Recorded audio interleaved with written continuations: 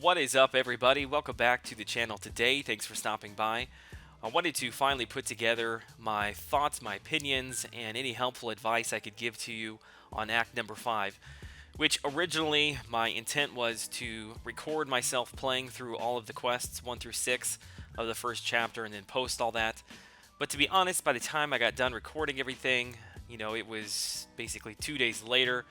Everybody had already seen all of the questing, people had watched the live stream, and I thought it was just kind of a waste. So I wanted to just wait until I had completed everything and then really sit down and kind of watch some of the gameplay, show you guys what worked for me, give you some advice, hopefully give you a few tips that will help you. If maybe you have not completed everything and you're struggling with some of the buffs, or if you're, finishing up Act number 4, getting ready to go into Act number 5, these are some things you should expect, and hopefully we'll be able to prepare you so that you will not spend a whole lot of your revives or inventory kind of trying to figure things out on your own. So let's go ahead and jump into this thing. We'll start with the very first quest of chapter number 1 in Act number 5. So the first buff that you're going to have to contend with is called Flare. And Flare is kind of difficult. It was confusing to me when I first read it, but basically you gain a large increase to your attack power, but you suffer degeneration the whole fight. Regardless of which character you bring in, they're going to have their health drained in 60 seconds. And Flare is the only buff, the only node that will actually you'll see again in quest number 3. So this advice that I'm giving to you is applicable for both the first quest and also the third quest. All the others, 2, 4, 5, and 6, all have unique buffs, which we'll cover here in a second. But basically, Flare, it's straightforward. You're receiving damage from degeneration the entire fight. So the obvious choice would be to bring in a regen character. So I think most people are probably going to be using X-23, Wolverine, even Rogue. I used all of those characters myself and had a lot of success with them. Because of the increase to the attack power, the bleeds for those characters, for X-23 specifically, is really, really strong. So she's probably one of the top champs you can take in for the Flare nodes. The other character that probably is going to be overlooked that I actually ran through a couple times myself was Iron Man. And even though I had him at 440, the Flare buff had him hitting really hard. And basically the way that I played it was I would wait until I got my arc overload. So I would never finish the fight until I had one of those. And I would try to time everything to where as soon as the arc overload was done, so I had regen fully, I had either saved up an S3 or I had waited and timed, maybe a special 1 or 2 to where I could finish the fight pretty much as soon as that arc overload was done. So then as soon as the next fight starts, it's just going to repeat itself. You're going to fall all the way down, the arc overload is going to kick in, then you're going to finish the fight. And I was able to do this over and over again. Obviously, Superior Iron Man you can do this with. I didn't test Ultron, but I would assume that you probably could do something similar to this with Ultron as well. So those are probably characters that maybe you hadn't thought about that I found to be good options for both quest number 1 and quest number 3 for Flare. Then the last thing I will mention regarding this node is if you do have characters that gain a passive buff in addition to what Flare is giving them, they hit really, really hard and you can finish fights quickly. Both my Winter Soldier and Scarlet Witch, I was finishing fights basically before 20 hits a lot of times. So even though Winter Soldier doesn't necessarily have a regen, you can finish the fight fairly quickly and use characters like that to clear several enemies, before you die.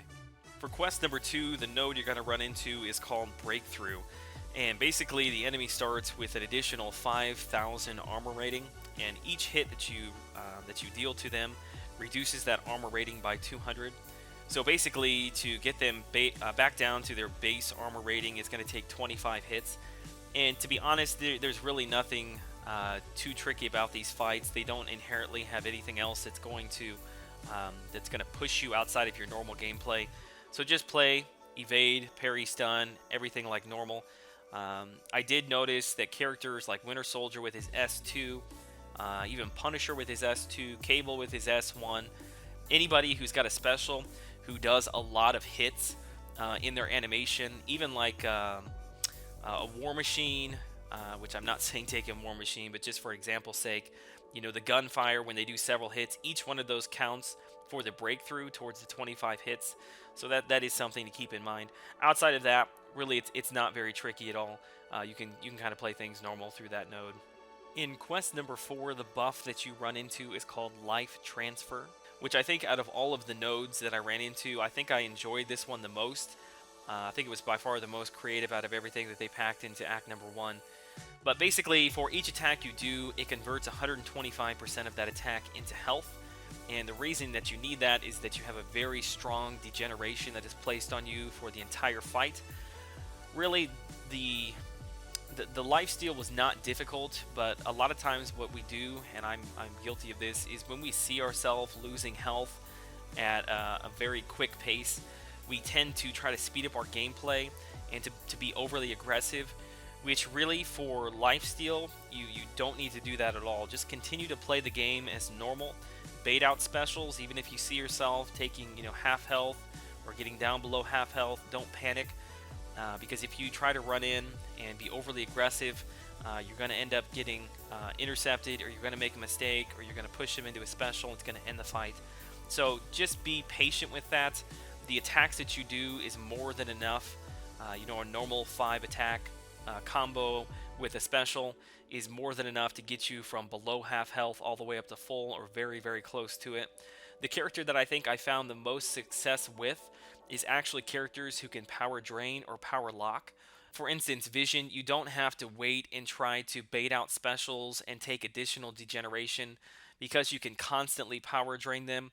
You can stay aggressive and continually stun, you can continually parry, do a combo, power drain, and you really don't have to worry about taking extra degeneration damage by trying to bait out specials. So I think if there was one helpful tip I could give to you if you're struggling with this, is try to bring in a power lock or power drain champion like Vision. I think even a Magic with her S2 probably would not be a bad option here as well. She even is going to be getting back a lot of that degen by using her limbo constantly.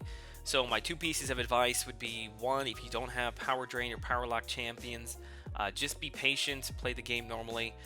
Don't get too antsy and overly aggressive when you see yourself losing health.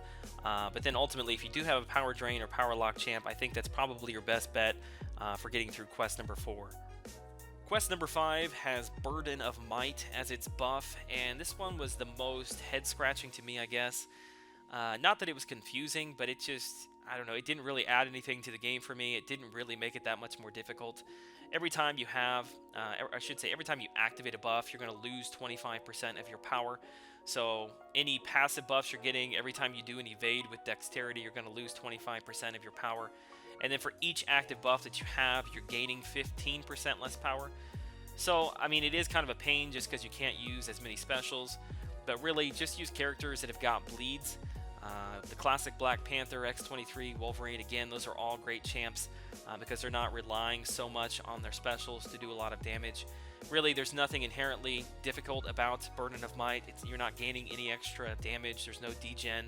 So regardless of how long the fight takes, just draw it out. You'll be totally fine. And then lastly, for quest number 6, the node you're going to go up against is called Brute Force, which Brute Force is kind of interesting. There is a timer that you'll start the fight out with that will last for 6 seconds. And every time you hit your enemy, which it does not include block damage, it has to be a full hit, it is going to reset that timer. And what happens is if you do not reset that timer, so the 6 seconds runs off, you will start to degenerate, and you will continue to degenerate, that's hard to say, until you hit the character again. So this, I think, is probably the most challenging node. Not that it's difficult, but you just need to understand how you should approach each fight. You really do not want to be overly aggressive for these fights. You really should be, baiting out special ones most of the time. And the reason for that is if you're being overly aggressive and you push a character all the way up through an S2 and you're needing to bait out a special for S3, there is no guarantee that they are going to use that S2 right away. You may have to wait, let's say 10 seconds. You may have to do several evades before they finally do that S3. And if you don't have any wiggle room there to be able to parry them and to get an attack to restart that timer without pushing them into an S3, you're going to be screwed because they're going to kill you. That's because they hit really, really hard. So really, just make sure that you're always constantly trying to bait out that special one, just to give yourself some wiggle room that for some reason, if you're trying to bait out the S1 and they won't do it, you've got the wiggle room to be able to parry stun and go ahead and hit them and restart that timer, and you can do that several times without worrying that you're going to push them, into a special 3. I think ultimately your strongest champions for quest number 6 obviously are going to be anybody who can regen, which I feel like I keep repeating myself over and over again. But ultimately, I mean, you can take any character in that you want, but if you want to try to save yourself some of your revives and your potions, which, I mean, I guess that's what they're there for. But regardless, Wolverine, X-23, Classic Deadpool if you've got him, Rogue is a good option, Scarlet Witch is a good option. I even found that Doctor Strange was really good for quest number 6 because they're, no matter how many times you're trying to bait out the specials, you're probably going to run into a scenario where you're going to degen a little bit. So even though Doctor Strange regen is not great, it is enough, and the fights are long enough that you'll go through your regen state a couple times, and you'll pick up enough regen to keep yourself viable, keep yourself alive for the entire quest. Overall, I think the theme of chapter number 1 here in Quest 5 is be patient. That's probably the biggest thing that I can stress to you. Don't freak out and become overly aggressive in some of these nodes. And then there seem like, there's a handful of characters, just like for every quest, that kind of rise to the top. Characters who've got a decent bleed, characters who can regen, all seem to be strong candidates for really all of these nodes. I think that chapter number 1 was a good starting point for act number 5. I think that they nailed the difficulty level. I don't think that it's necessarily easy by any means, but if you can employ a decent amount of skill, you can really work through any of these nodes. I really am looking forward to see what they've come up with for the coming chapters. I suspect that this is probably by chapter 3-4 it's going to become fairly difficult, and I look forward to it all. So hopefully this was a help to you. Chapter 1, again, it was fairly straightforward, but I hope that there were a few things here and there that I pointed out that will be a help to you if you are struggling or if you are getting ready to start chapter number 1 for the very first time. As always, thank you so much for the support. Any questions you have, leave them down below. Follow me over on Twitter. I answer questions over there all the time as well, so you can contact me either way. Until I see you guys in the next video, have a great weekend.